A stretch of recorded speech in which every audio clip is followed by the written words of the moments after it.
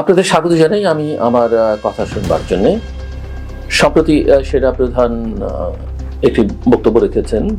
25 ফেব্রুয়ারি 2009 পিলখানা যে হত্যাকাণ্ড সংঘটিত হয়েছে সেই দিনকার শহীদদের স্মরণে দাওয়া ক্লাবে এই আয়োজন ছিল এবং সেই বক্তব্যকে কেন্দ্র করে আমরা নানা ধরনের প্রতিক্রিয়া দেখতে পেয়েছি সমাজে, রাষ্ট্রের মধ্যে, বিভিন্ন মহলে। এবং আমি সেনাপ্রধানকে তার বক্তব্যের জন্য অভিনন্দন জানিয়ে একটি বক্তব্য রেখেছিলাম, সেটা হয়তো আপনারা অনেকেই শুনেছেন। সেনাপ্রধানের এই বক্তব্য রাজনৈতিক অঙ্গনে যে আলোচনার কেন্দ্রবিন্দু। আজকে আমি সেই বিষয়টি নিয়ে আসলে কথা বলতে চাই।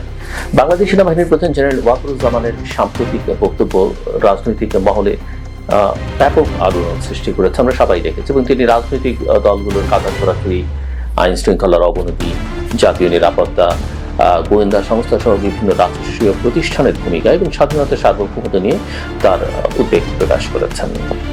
দেশে যে রাজনৈতিক পরিস্থিতি সে প্রসঙ্গে সেনাপ্রধান এক ধরনের কঠোর বার্তা দিয়েছেন বলে অনেকেই মনে করেন। জেনারেল ওয়াকারুজ্জামানের ভাষণ ছিল স্পষ্ট এবং কঠোর, যা অনেকের কাছে আশ্চর্যের বিষয়। বিশেষ করে গত 6 মাসে তার দেওয়া অন্যান্য বক্তব্যের তুলনায় এবার তার ভাষা এবং শারীরিক ভঙ্গি ছিল অনেক সুদৃঢ়। গত অগস্টের 5 তারিখ শেখ হাসিনার সরকারের পতনের পর সেনাপ্রধান রাজনৈতিক দলগুলোর সঙ্গে বৈঠক করেছিলেন এবং তখন তার বক্তব্য ছিল তুলনামূলকভাবে অনেক নরম। তবে বর্তমান পরিস্থিতিতে আইন শৃঙ্খলার অবনতি, রাজনৈতিক দলগুলোর বিভেদ এবং অন্তর্বর্তী সরকারের কার্যকারিতা নিয়ে জনগণের মধ্যে আস্থার সংকট তৈরি হয়েছে এবং এসব কারণেই সেনাপ্রধানের ভাষণ এবার আরো কঠোর বলে মনে করছেন রাজনৈতিক বিশ্লেষকরা। আইন শৃঙ্খলা এবং অন্তর্বর্তী সরকারের চ্যালেঞ্জ নিয়ে তিনি তার উদ্বেগ প্রকাশ করেছেন। গণ অভ্যুত্থানের 6 মাস পরও অন্তর্বর্তী সরকার অনেক ক্ষেত্রে ব্যর্থ হয়েছে বলে অনেকেই মনে করছেন।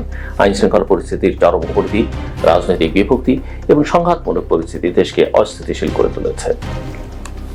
এরকম একটা অবস্থার মধ্যে সেনাপ্রধান রাজনৈতিক দলগুলোকে সতর্ক করে বলেছেন যে তাদের নিজেদের দ্বন্দ্ব ও বিশৃঙ্খলা জাতির স্বাধীনতা সার্বভৌমত্বের জন্য হুমকি হয়ে উঠতে পারে। বিশেষ করে বিএনপি এবং জামায়াত ইসলামী এবং অন্যান্য বিরোধী দলগুলোর মধ্যে রাজনৈতিক মতপার্থক্য আরো গভীর হয়েছে, যা সামগ্রিকভাবে রাজনৈতিক অস্থিরতা তৈরি করেছে।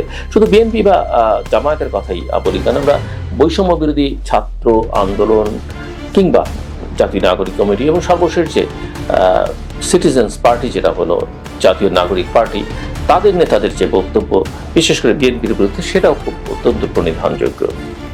এছাড়া গণ অভ্যুত্থানের নেতা হিসেবে পরিচিত ছাত্র নেতারা নতুন একটি রাজনৈতিক দল গঠন করেছে, যা রাজনৈতিক অঙ্গনে আরো বিভক্তির ইঙ্গিত দিচ্ছে। তাদের দল গঠনের প্রক্রিয়ায় অন্তর্বর্তী সরকারের ভূমিকা নিয়ে প্রশ্ন হচ্ছে, বিশেষ করে যখন সরকারের প্রধান উপদেষ্টা প্রফেসর মোহাম্মদ ইউনূস উপদেষ্টা হিসেবে থাকা কয়েকজন ছাত্র নেতা নতুন দলে যোগ দিয়েছেন এবং প্রফেসর মোহাম্মদ ইউনূস তাদেরকে একার্থে সাধুবাদ জানিয়েছেন, পরোক্ষভাবে হলো। আমরা লক্ষ্য করেছি যে গোয়েন্দা সংস্থাগুলোকে হেয় করবার একটা প্রয়াস অনেক ক্ষেত্রে আছে এবং তার কিছু যৌক্তিক কারণও হয়তো আছে। সেই প্রসঙ্গে কথা বলেছেন সেনাপ্রধান জেনারেল ওয়াকারুজ্জামান তার বক্তব্যে বলেছেন যে police, RAB, BGB, DGFI, NSI এর মতো রাষ্ট্রীয় সংস্থাগুলো অতীতে ভালো কাজ করেছে, যদিও কিছু ক্ষেত্রে তারা অপরাধের সঙ্গেও যুক্ত হয়েছে। তবে এসব প্রতিষ্ঠানকে দুর্বল বা অবমূল্যায়ন করা হলে রাষ্ট্রীয় স্থিতিশীলতা নষ্ট হতে পারে বলে তিনি সতর্ক করে দিয়েছেন। বিশেষ করে বাংলাদেশ আওয়ামী লীগের শাসনামলে গুম, খুন এবং মানবাধিকার লঙ্ঘনের অভিযোগে পুলিশের ভূমিকা নিয়ে বিতর্ক সৃষ্টি হয়েছিল। অনেকেই প্রশ্ন তুলেছিলেন সংবাদ মাধ্যম, রাজনৈতিক দল এবং জনগণের উপর নজরদারি চালানো গোয়েন্দা সংস্থাগুলোর ভূমিকা কি হওয়া উচিত। সেনাপ্রধানের বক্তব্য এই বিতর্কের প্রেক্ষাপটে একটি নিরপেক্ষ অবস্থান তুলে ধরেছে বলে মনে করা হচ্ছে। পিলখানা হত্যাকাণ্ড নিয়ে কঠোর অবস্থান নিয়েছেন সেনাপ্রধান তার ভাষণে 2009 সালের পিলখানা হত্যাকাণ্ড নিয়ে স্পষ্ট বক্তব্য দিয়েছেন। তিনি উল্লেখ করেছেন যে এই হত্যাকাণ্ড সেনাবাহিনীর সদস্যরা করেননি, এটি তৎকালীন পিডিয়া সদস্যদের দ্বারা সংঘটিত হয়েছে। বর্তমানে এই ঘটনায় দীর্ঘদিন ধরে আটক থাকা সীমান্তরক্ষী বাহিনীর কিছু সদস্য মুক্তি পেয়েছেন, যা সেনাবাহিনীর ভেতরে ক্ষোভ সৃষ্টি করেছে। সেনাপ্রধানের বক্তব্য থেকে বোঝা যায় তিনি এই বিচারিক প্রক্রিয়ার প্রতি সম্মান জানাতে বলেছেন এবং একে প্রশ্নবিদ্ধ না করবার আহ্বান জানিয়েছেন। সেনাপ্রধান নির্বাচন এবং রাজনৈতিক ভবিষ্যৎ নিয়ে কথা বলেছিলেন। এর আগে তিনি রয়টারের সঙ্গে সাক্ষাৎ করে এই প্রসঙ্গে কথা বলেছিলেন, আপনাদের অনেকেরই স্মরণ আছে। সেনাপ্রধান তার বক্তব্যে সুষ্ঠু, অবাধ ও অংশগ্রহণমূলক জাতীয় নির্বাচন আয়োজনের উপর গুরুত্ব দিয়েছেন।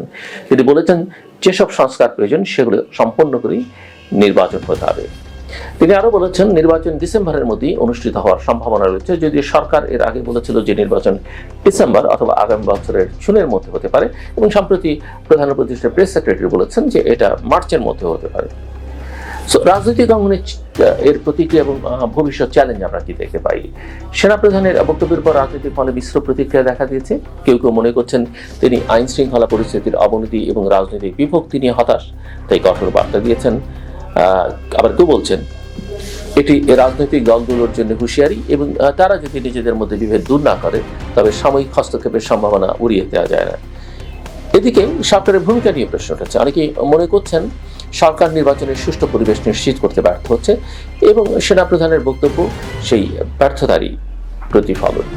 সেনাপ্রধান জেনারেল ওয়াকারুজ্জামানের সাম্প্রতিক বক্তব্য বাংলাদেশের বর্তমান রাজনৈতিক বাস্তবতা, আইন শৃঙ্খলা পরিস্থিতি এবং আসন্ন নির্বাচনের প্রেক্ষাপটে অত্যন্ত অত্যন্ত গুরুত্বপূর্ণ। রাজনৈতিক দলগুলোর বিভক্তি, অন্তর্বর্তী সরকারের কার্যকারিতা এবং আইন শৃঙ্খলা অবনতি নিয়ে উদ্বেগ প্রকাশ করেছেন তিনি। গোয়েন্দা সংস্থাগুলোর ভূমিকা এবং পিলখানা হত্যাকাণ্ড নিয়ে স্পষ্ট বার্তা দিয়েছেন। জাতীয় নির্বাচনের প্রয়োজনীয়তা এবং তার সুষ্ঠুভাবে আয়োজনের গুরুত্ব তুলে ধরেছেন।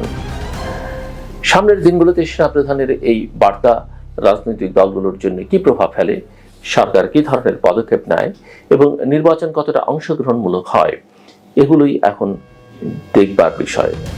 অনেকে তাকে কেন্দ্র করে তার বিরুদ্ধে বলছেন, তার পদত্যাগ দাবি করছেন, তার বডি ল্যাঙ্গুয়েজ নিয়ে প্রশ্ন তুলেছেন।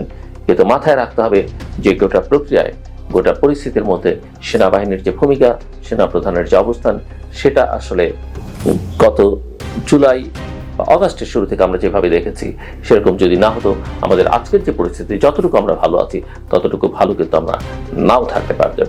যারা তার বিরোধিতা করছেন বা তার এই বক্তব্যের সমালোচনা করছেন, এটা লক্ষ্য করতে হবে যে তিনি কথা বলেছেন একটা বিশেষ পরিস্থিতিতে, বিশেষ মুহূর্তে, যখন সেনাবাহিনীর ভূমিকা বাংলাদেশের রাজনীতিতে, অর্থনীতিতে, সামাজিক ব্যবস্থায় অত্যন্ত গুরুত্বপূর্ণ।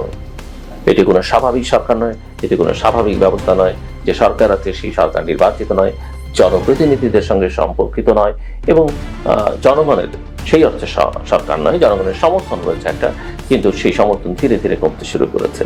সব মিলিয়ে সেনাপ্রধান যে বার্তা দেওয়ার চেষ্টা করেছেন যে অবাধ, সুষ্ঠু, অংশগ্রহণমূলক নির্বাচনের কোনো বিকল্প বাংলাদেশের সামনে নেই। যে রাজনৈতিক হানাহানি কাদার ছড়াছড়ি হচ্ছে সেগুলো বন্ধ করতে হবে। আমাদের প্রতিষ্ঠানগুলো আমরা এমনি করতে পারিনি, সেগুলো ধ্বংস হয়ে গেছে, প্রতিষ্ঠানগুলো গড়ে তুলতে হবে।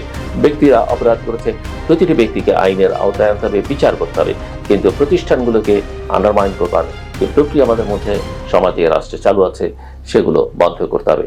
এবং সব মিলিয়ে তিনি বলছেন যে তিনি সতর্ক করছেন, ভবিষ্যতে কেউ যদি তার কথা না শোনেন বা জনগণের যে আকাঙ্ক্ষা, সেই আকাঙ্ক্ষা পূরণ না করেন, কেউ যেন এ কথা ভবিষ্যতে তাকে না বলতে পারেন যে তিনি শোনেননি বা তিনি বলেননি, তিনি সতর্ক করেননি।